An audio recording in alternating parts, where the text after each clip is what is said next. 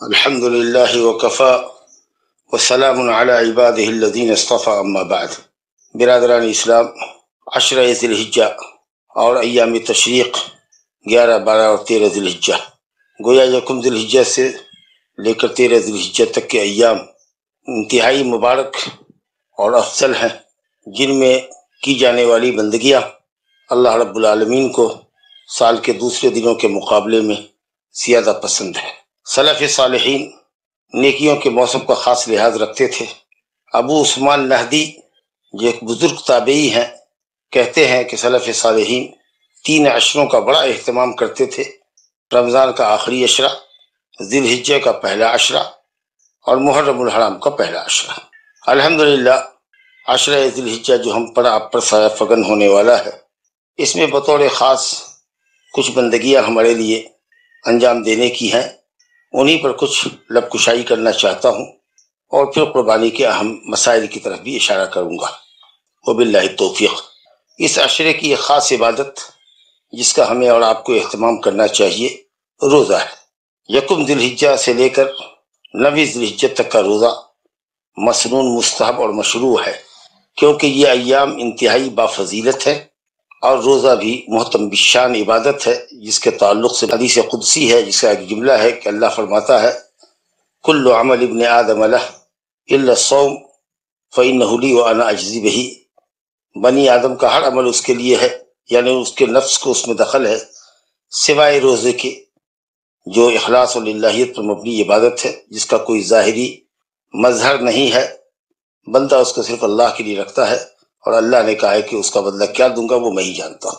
خاص کر 9 ذی الحجہ کے روزے کے تعلق سے نبی صلی اللہ علیہ وسلم نے فضیلت بیان فرمائی ہے، عرفہ کا روزہ جسے کہتے ہیں۔ صحیح مسلم میں ابو قتادہ انصاری رضی اللہ عنہ کی طویل حدیث کا ایک ٹکڑا ہے: صیام یوم عرفہ انی احتسب علی اللہ ان یکفر السنۃ الماضیۃ والسنۃ القابلہ۔ صوم عرفہ میں اللہ سے ثواب کی امید رکھتا ہوں کہ وہ 1 سال گزشتہ اور 1 سال آئندہ کے گناہوں کا کفارہ اس کو بنائے گا۔ آیا نبی صلی اللہ علیہ وسلم سے 9 دن کے روزے ثابت ہیں کہ نہیں؟ اس سلسلے میں ایک حدیث سنن ترمذی، نسائی، ابن ماجہ میں آئی ہے، غالباً وہ حضرت حفصہ رضی اللہ عنہا سے مروی ہے۔ وہ کہتی ہیں کہ نبی صلی اللہ علیہ وسلم کو میں نے دیکھا کہ آپ نے 9 دن کے روزے رکھے ذی الحجہ کے۔ اس حدیث کی سند میں بعض اہل علم نے کلام کیا ہے، اور اس کے مقابلے میں ایک دوسری روایت صحیح مسلم میں آئی ہے اما عائشہ رضی اللہ عنہا سے، کہ وہ کہتی ہیں کہ میں نے نبی صلی اللہ علیہ وسلم کو عشرہ ذی الحجہ کا روزہ رکھتے ہوئے نہیں دیکھا۔ کہ دونوں حدیث کو صحیح مان لینے کی صورت میں دفع تعارض کی کئی شکلیں علماء نے بتائی ہیں، کہ بعض سالوں میں نبی صلی اللہ علیہ وسلم نے 9 دن روزہ نہ رکھ کر، یعنی 1 سے لے کر 9 تک، کیونکہ یوم النحر 10ویں تاریخ کا روزہ تو حرام ہے، 9 روزے آپ نے کبھی رکھے، کبھی کچھ کم رکھے، تو حضرت عائشہ نے پورے عشرے کی، یعنی پورے 9 دن کے روزے کی نفی کی ہے، مطلق روزے کی نفی نہیں کی ہے۔ اور بعض سالوں میں آپ نے 9 روزے رکھے، جس کا ذکر حضرت ام المومنین حفصہ رضی اللہ عنہ نے کیا ہے۔ دوسرا جواب یہ دیتے ہیں کہ ممکن ہے اما عائشہ نے بھی دیکھا ہو نبی صلی اللہ علیہ وسلم کو، ہو سکتا ہے بھول گئی ہوں۔ پھر یہ بھی ترجیح کی ایک شکل یہ دیتے ہیں کہ حضرت حفصہ کی روایت مثبت ہے، جو نبی صلی اللہ علیہ وسلم سے 9 روزوں کا ثابت کرتی ہے، اور حضرت عائشہ کی روایت نافی ہے۔ مثبت اور نافی میں جب ٹکراؤ ہو تو مثبت کو تقدم اور ترجیح حاصل ہوتی ہے۔ دوسری عبادت جو اس عشرے سے متعلق ہے وہ کثرت سے تکبیر ہے۔ تکبیر کے تعلق سے سورہ حج میں آیت نمبر 28 کی تفسیر میں حضرت عبداللہ بن عباس نے فرمایا کہ ایام معلومات سے مراد عشرہ ذی الحجہ ہے۔ وَيَذْكُرُ اسْمَ اللَّهِ فِي أَيَّامٍ مَّعْلُومَاتٍ عَلَىٰ مَا رَزَقَهُم مِّن بَهِيمَةِ الْأَنْعَامِ۔ جبکہ دوسرے مفسرین کہتے ہیں کہ آیت کا سیاق و سباق بتاتا ہے کہ یہ اللہ کا ذکر بہیمۃ الانعام کو ذبح کرتے ہوئے، یعنی 8 قسم کے مخصوص جانور جو قربانی میں کیے جاتے ہیں، ان کے حلقوم پر چھری چلاتے وقت بسم اللہ اللہ اکبر کی طرف اشارہ ہے۔ اسی طریقہ سے تکبیر کی تعلق سے ایک روایت حضرت عبداللہ بن عمر سے مسند احمد کے حوالے سے پیش کی جاتی ہے، جس میں ان ایام کی فضیلت کو بیان کرنے کے ساتھ کہا گیا ہے: فَأَكْثِرُوا فِيهِنَّ مِنَ التَّسْبِيحِ وَالتَّحْلِيلِ وَالتَّكْبِيرِ۔ ان دنوں کے اندر کثرت سے تسبیح، تحلیل اور تکبیر کرو، سبحان اللہ، الحمدللہ، اللہ اکبر، لا الہ الا اللہ، کثرت سے پڑھا کرو۔ اس آخری جملے میں اس حدیث کے فَأَكْثِرُوا فِيهِ مِنَ التَّسْبِيحِ وَالتَّحْلِيلِ وَالتَّكْبِيرِ، اس کے ثبوت اور عدم ثبوت میں اختلاف ہے۔ بعض علماء نے اس کو ثابت کیا ہے کہ حدیث صحیح ہے، ثابت ہے، علامہ ابن حجر رحمۃ اللہ علیہ نے اس کو ضعیف کہا ہے کہ یہ اضافہ ضعیف سندوں سے ہے اور یہ منکر ہے۔ بہرحال تیسری بات ذکر کے تعلق سے جو امام بخاری نے ذکر کی ہے کہ حضرت عبداللہ بن عمر اور حضرت ابو ہریرہ رضی اللہ عنہما عشرہ ذی الحجہ میں ذی الحجہ کا چاند نکلنے کے بعد جب بازار جاتے تو تکبیر پڑھتے ہوئے گزرتے، چنانچہ بازار والے ان کی تکبیرات کو سن کر تکبیر کہتے تھے۔ تو عمومی طور سے تکبیر بھی اس عشرے کے اندر مطلوب ہے، لیکن خاص تکبیر جو ذی الحجہ کی تکبیر شروع ہوتی ہے وہ ہے عرفہ کے دن 9 ذی الحجہ کی فجر کی نماز کے وقت سے لے کر کے 13 ذی الحجہ کے غروب آفتاب تک۔ اس کے اندر فرض نماز کے بعد، نفل نماز کے بعد، گھر کے اندر، بستر پر، گھر سے باہر، دکانوں میں بکثرت مرد حضرات کو بلند آواز سے تکبیر کہنی چاہیے اور عورتوں کو اپنے اندرون خانہ آہستہ تکبیر کہنی چاہیے۔ یہ خاص ایام ہے۔ اللہ تعالیٰ فرماتا ہے وَلِكُلِّ أُمَّةٍ جَعَلْنَا مَنْسَكًا، ہر امت میں ہم نے قربانی رکھی، لِيَذْكُرُوا اسْمَ اللَّهِ عَلَىٰ مَا رَزَقَهُم مِّن بَهِيمَةِ الْأَنْعَامِ، اللہ نے جو چوپائے کی شکل میں، گوشت کی شکل میں، وافر مقدار میں گوشت عطا فرمایا ہے ان ایام مبارکہ میں، یوم النحر سے 13 تک لوگ اللہ کا ذکر کریں۔ قربانی کا خاص مقصد اللہ کا ذکر ہے۔ اللہ نے فرمایا فَإِلَٰهُكُمْ إِلَٰهٌ وَاحِدٌ، تم سب کا ایک ہی معبود ہے اللہ، اسی کے حکم کی تابعداری کرو۔ وَبَشِّرِ الْمُخْبِتِينَ، اور متواضع، خاکسار، اللہ کا خوف اور خشیت رکھنے والے متواضع بندوں کو بشارت دے دو اللہ کی رضا کی، اللہ کی خوشنودی کی، جنت کی۔ ہر امت میں قربانی کا پایا جانا، علماء کہتے ہیں کہ وحدت التشریع تدل علی وحدت المشرع، ایک جیسی تشریع، ایک جیسے احکام کا ہونا اس بات کی دلیل ہے کہ اس کا مشرع، شریعت کا وضع کرنے والا، شریعت کا بنانے والا ایک ہے، یعنی وہ اللہ سبحانہ وتعالیٰ ہے۔ ایک جیسی شریعتوں کا ہونا ایک معبود کی دلیل ہے۔ تیسری جو چیز اس عشرے سے متعلق ہے وہ ہے حج اور عمرہ۔ عمرہ تو سال بھر ہوتا ہے، لیکن حج کے تو خاص ایام یہی ہے، 8 ذی الحجہ تا 13 ذی الحجہ، اور اسی لیے اس مہینے کو ماہ ذی الحجہ، شہر ذی الحجہ، حج کا مہینہ کہا جاتا ہے۔ انہی ایام کے اندر 5 دن، 8 تاریخ سے لے کر 13 تاریخ تک حج کے عمل انجام دیے جاتے ہیں۔ خاص چیز جس کا اس عشرے میں ہم کو اہتمام کرنا چاہیے وہ ہے توبہ استغفار، اپنے گناہوں سے تائب ہونا چاہیے۔ بافضیلت ایام میں لوگوں کی طبیعت عبادت کی طرف مائل ہوتی ہے، اس میں آدمی کو چاہیے کہ اپنے گناہوں سے اللہ کے حضور تائب ہو۔ اللہ تعالیٰ توبہ قبول کرنے والا ہے، شرط یہ ہے کہ ہم سچے دل سے توبہ کریں اور ایمان اور عمل صالح کی راہ پر گامزن رہیں۔ اور ایک خاص چیز جس کا تعلق اس عشرے سے ہے اور 13ویں تاریخ تک، یوم النحر 10ویں تاریخ سے لے کر 13 تاریخ تک ہے، وہ قربانی ہے جو حجاج کرام بھی پیش کرتے ہیں۔ یوم النحر اور ایام تشریق ملا کر 4 دن، اور وہی ایام ہمارے لیے بھی ساری دنیا میں قربانی کے۔ یہ قربانی انتہائی پسندیدہ عمل ہے، اللہ نے ہر امت میں اس کو مشروع کیا، جیسا کہ ابھی آپ نے آیت کریمہ ملاحظہ کی۔ اللہ رب العالمین نے قربانی کو نماز کے ساتھ ذکر کیا۔ اللہ تعالیٰ نے اپنے نبی سے خطاب کرتے ہوئے فرمایا اعوذ باللہ من الشیطان الرجیم بسم اللہ الرحمن الرحیم انا اعطیناک الکوثر فصل لربک وانحر، اے نبی ہم نے آپ کو کوثر دیا ہے، خیر کثیر سے نوازا ہے۔ تو یہ حوض کوثر بھی اللہ تعالیٰ کی بڑی نعمتوں میں سے آپ کو حاصل ہے، لہذا اللہ کی نعمتوں پر، خیر کثیر پر، حوض کوثر کی حصولیابی پر اے نبی آپ اللہ کا شکر ادا کیجیے نماز کے ذریعے اور قربانی کے ذریعے۔ الحمدللہ آپ کثیر الصلاۃ بھی تھے اور کثیر الاضاحی بھی تھے۔ نماز کا حال تو معلوم ہی ہے کہ آپ کے پائے مبارک تہجد میں پھول جایا کرتے تھے، آپ سنن و نوافل کا اہتمام اور التزام کیا کرتے تھے، اور قربانی بھی آپ نے 10 سال مدینے میں رہ کر کی ہے۔ عبداللہ بن عمر رضی اللہ عنہما سے روایت ہے، مسند احمد اور ترمذی میں، اقام النبی صلی اللہ علیہ وسلم بالمدینۃ 10 سنین یضحی، مدینہ میں 10 سال ٹھہرے اور آپ نے ہر سال قربانی کی۔ اور حضرت انس بن مالک رضی اللہ عنہ سے صحیحین میں روایت ہے کہ نبی صلی اللہ علیہ وسلم کان یذبح کبشین املحین اقرنین یذبحهما بیدہ ویسمی اللہ ویکبر، نبی صلی اللہ علیہ وسلم 2 سینگوں والے میڈھے چت کبڑے کی قربانی کیا کرتے تھے، قیمتی ہوتے تھے، موٹے تازے ہوتے تھے، فربا ہوتے تھے، اپنے ہاتھ سے ذبح کرتے تھے اور اس پر اللہ تعالیٰ کی کبریائی بیان کرتے تھے، اللہ کا نام لیتے تھے، بسم اللہ اللہ پڑھ کر کے ذبح کرتے تھے، کہتے اللہم تقبل من محمد وآل محمد، اللہم ھذا منک ولک تقبل من محمد وآل محمد۔ ایک بکرے پر یہ کہتے تھے اللہ یہ بکرا تیری طرف سے ہے اور تیرے ہی لیے ذبح کیا جا رہا ہے، اللہ اس بکرے کو محمد اور آل محمد کی طرف سے قبول فرما صلی اللہ علیہ وآلہ وسلم۔ اور دوسرا بکرا آپ کہتے ہیں اللہم تقبل من محمد ومن امت محمد ممن شہد لک بالوحدانیہ وشہد علی بالبلاغ، اس سب کی طرف سے اللہ امتی کی طرف سے قبول فرما جس نے تیری وحدانیت کی گواہی دی ہے اور میرے دین کے پہنچا دینے کی میرے حق میں گواہی دی ہے۔ بعض روایت میں ہے اللہم تقبل من محمد و من امت محمد، یا عمن لم یضحی من امتی، ان سب کی طرف سے جنہوں نے قربانی نہیں کی، لاکھوں آدمی اس میں داخل ہے۔ اور اسی طریقہ سے اہل و عیال کے اندر باحیات اور وفات شدہ بیویاں داخل ہیں، اس میں آپ کے حمزہ چچا بھی داخل ہیں رضی اللہ عنہ، حضرت عباس بھی داخل ہے، آپ کی وہ بیویاں بھی داخل، بیٹیاں بھی داخل ہیں جو آپ کی زندگی میں وفات پا گئی تھی، سیدہ فاطمہ زہرا رضی اللہ عنہ خاتون جنت کی سردار بھی داخل ہے۔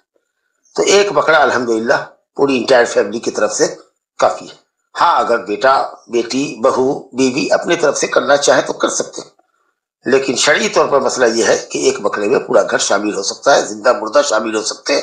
صحیح مسلم میں روایت ہے کہ ایک بکرا نبی صلی اللہ علیہ وسلم کے سامنے لایا گیا اور آپ نے فرمایا اللہم تقبل من محمد و آل محمد و من امت محمد، یہاں آپ نے اپنے نام کے ساتھ آل اور امت محمد سب کو شامل، لہذا ایک بکرا پورے گھر والوں کی طرف سے کافی، مالک تو صرف ایک ہی آدمی ہوگا گھر میں، لیکن ثواب میں سب کو شریک کرے۔ اور اسی طریقے سے حضرت ابو ایوب انصاری رضی اللہ عنہ سے سنن ترمذی میں مسند احمد میں روایت ہے کہ کان الرجل منا فی عہد النبی صلی اللہ علیہ وسلم یضحی الشاۃ الواحدہ عنہ وعن اہل بیتہ، ہم میں کا کوئی شخص نبی صلی اللہ علیہ وسلم کی زندگی میں اہل مبارک میں ایک بکرا اپنی طرف سے اور اپنے اہل و عیال کی طرف سے کیا کرتا تھا۔